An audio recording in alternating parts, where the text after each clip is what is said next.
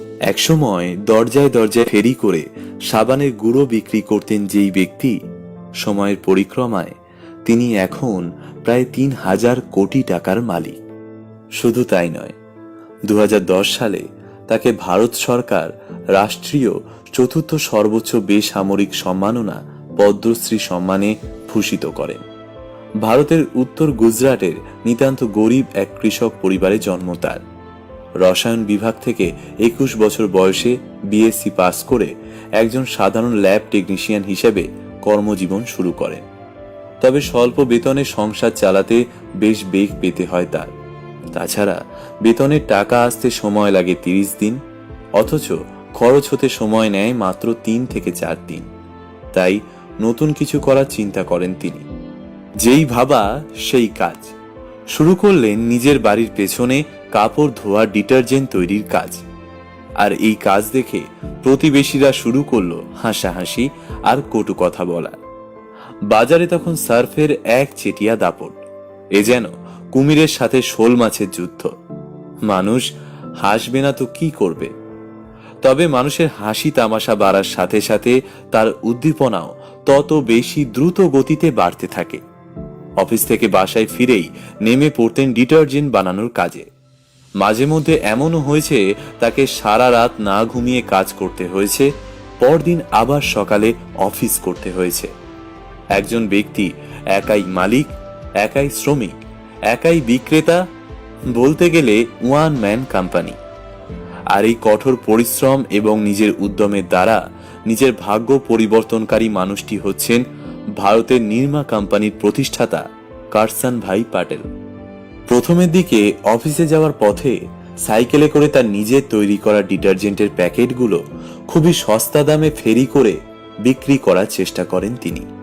কাজ থেকে ফিরে পাড়া মহল্লায় ঘরে ঘরে গিয়ে মানুষদের তার প্রোডাক্ট সম্পর্কে বোঝান। কেউ কেনে, কেউ আবার ধমক দিয়ে গালাগালি করে তাড়িয়ে দেয়। কিন্তু কারসান ভাই ছিলেন অদম্য, আর তার তৈরি জিনিসটা ভালো এবং দামেও সস্তা। প্রতি কেজি ডিটারজেন্ট পাউডারের দাম তিনি রাখলেন মাত্র ৩ টাকা, যেখানে সার্ফের দাম তখন ছিল ১৬ টাকা। মানুষ কিনবে না কেন? এরপর ১৯৬৯ সালের জুলাই মাসের কোনো একদিন অফিস ছুটি থাকার কারণে তিনি কাক ডাকা ভোরে বের হয়ে পড়েন এবং রাতে বাসায় ফেরেন। সারাদিন অক্লান্ত পরিশ্রম করে বিক্রি করেন মাত্র ১৬ প্যাকেট ডিটারজেন্ট। এতেই কারসান ভাই যেন আকাশের চাঁদ হাতে পাওয়ার মতো খুশি হয়ে গেলেন। আর এরপর থেকেই শুরু হয় কারসান ভাই পাটেলের ভালো দিন।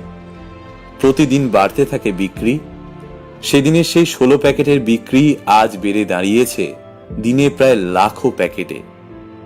১০০ স্কোয়ার ফিটে যে ঘরে সারা রাত জেগে তিনি ডিটারজেন্ট বানাতেন, সেই ১০০ স্কোয়ার ফিটের আধিপত্য ভারত ছাড়িয়ে আজ ইউরোপ, আমেরিকা পর্যন্ত বিস্তৃত।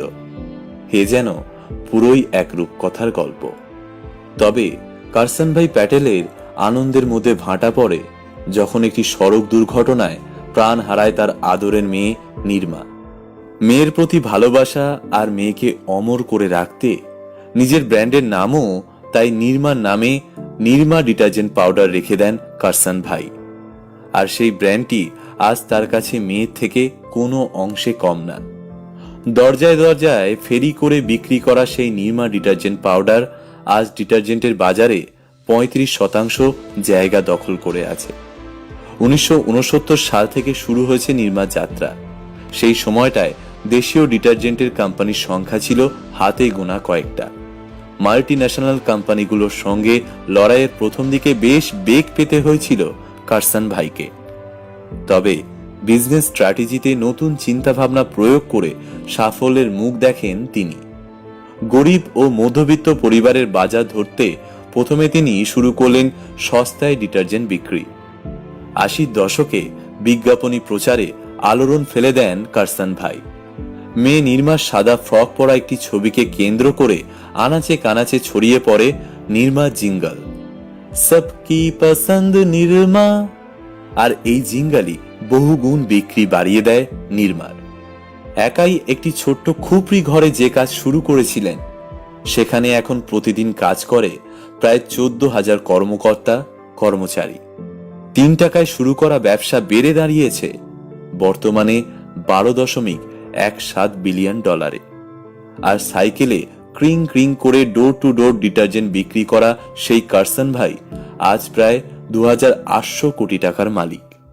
অদম্য ইচ্ছাশক্তি এবং সঠিক ব্যবসায়িক জ্ঞানের বলেই আজ কারসন ভাই পাটেল পুরো বিশ্বে ফেরিওয়ালা থেকে শুরু করে সকল উদ্যোক্তাদের জন্য অনুপ্রেরণা। প্রিয় বন্ধুরা, আপনাদের জীবনে নিশ্চয়ই এমন একজন মানুষ আছেন যার কাছ থেকে আপনারা অনুপ্রেরণা পান। সেই মানুষের গল্প আমাদের কমেন্ট বক্সে লিখে জানান। ভিডিওটি ভালো লাগলে শেয়ার করুন এবং আমাদের পেজে নতুন হয়ে থাকলে পেজটিকে ফলো করতে ভুলবেন না।